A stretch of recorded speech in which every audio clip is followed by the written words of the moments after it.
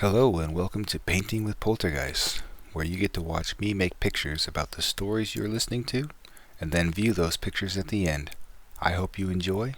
Let's get to it. It started as a weekend getaway. Three friends drove up to the mountains just north of the small town where they lived. They were looking for solitude and stars. They pitched their tents near a clearing surrounded by tall pines. No cell service, no distractions. Just the quiet hum of nature. The first night was uneventful. They made a fire, roasted marshmallows, and joked about bears and Bigfoot. They spent the next day hiking and fishing in a nearby stream, and returned at dusk to settle in for their final night at camp. That night, however, something changed. It began with silence. Not the peaceful kind, the kind that feels wrong. No crickets, no wind, just stillness. One of the friends noticed the change and said it felt like the forest was holding its breath. They all listened in silence for a moment for the normal sounds of the night, but their ears were met with deafening silence. Then came the feeling. The person telling me described it as a pressure, like someone was standing behind him, watching. He brushed it off, but he kept glancing over his shoulder. The friends checked the perimeter with flashlights and saw nothing, just trees. They tried to laugh off the feeling, but the mood had shifted. The fire crackled louder than usual, shadows seemed to stretch longer, and then they did see something. A face, maybe? They couldn't be sure because it disappeared the moment someone called attention to it. The friends gathered closer together, closer to the fire, and scanned the surrounding trees for any movement. One of the friends patted their hand on the other's leg and pointed off in the distance.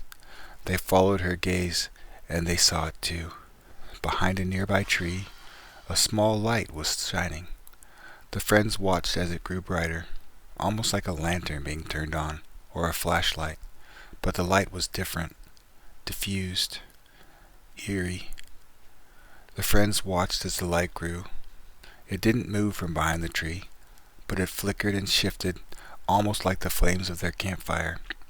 One of them whispered, "I think I see someone, or something." The others confirmed, "I see it too," as a head peeked around the edge of the tree. They stared in disbelief. The figure didn't move, and the friends weren't sure what to do. Then the figure opened its eyes, and the friends froze with fear. Whatever was watching them had piercing red eyes, and any thought of a peaceful encounter or an uneventful conclusion to the night's events instantly vanished. They called out. No response. No movement. The light behind the figure started to dim, and then faded completely away, but the friends could still clearly see the figure standing behind the tree, watching them.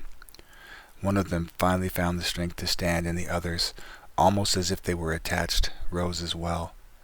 The figure cocked its head to the side as they moved, and the friends were frozen with fear again. "What do we do?" one of them asked. "Who has the keys to the car?" asked another.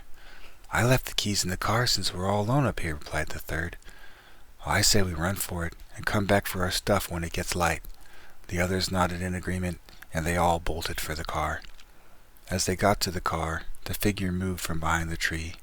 The area around it lit up, and the friends could clearly make out the outline of a person, but it didn't look quite right. It wasn't just the fact that this thing had shown up out of nowhere. It wasn't the accompanying lights. It was the figure itself. It seemed off, like it was see-through. The car roared to life, and the friends watched the figure disappear behind them as they sped back towards town. They spent a restless night together and returned to their campsite for their belongings the following day when the sun was high in the sky and everything was nice and bright.